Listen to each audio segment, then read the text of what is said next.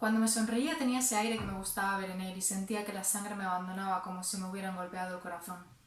Nos miramos fijamente sin decir nada, respirando breve y entrecortadamente, con la sangre latiendo en las sienes, en los brazos, en los riñones.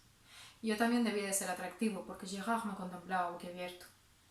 ¿Qué batalla interior más oscura, qué batalla más larga contra uno mismo? Una mitad de mí era Gerard, y la otra le rechazaba. Era un momento de placer y de tortura. Ya me estaba imaginando el regreso.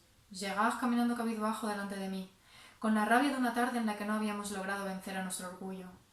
Entonces, empujado por toda mi sangre, me incliné sobre el rostro que amaba, superé el cálido obstáculo de su respiración y noté en mis labios entreabiertos cómo se abrían otros labios. Torpes y febriles, no nos atrevimos a movernos. Tenía su diminuto rostro debajo del mío. Gerard se transformó en esos dos enormes labios que estaba besando.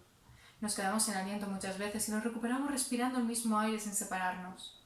Nunca había sentido que mi corazón fuera más grande ni la felicidad me pareció tan cercana al dolor físico. Mi rostro había besado tanto que tenía la sensación de que estaba hecho con 10.000 bocas. Nos habíamos convertido en dos muchachos distintos.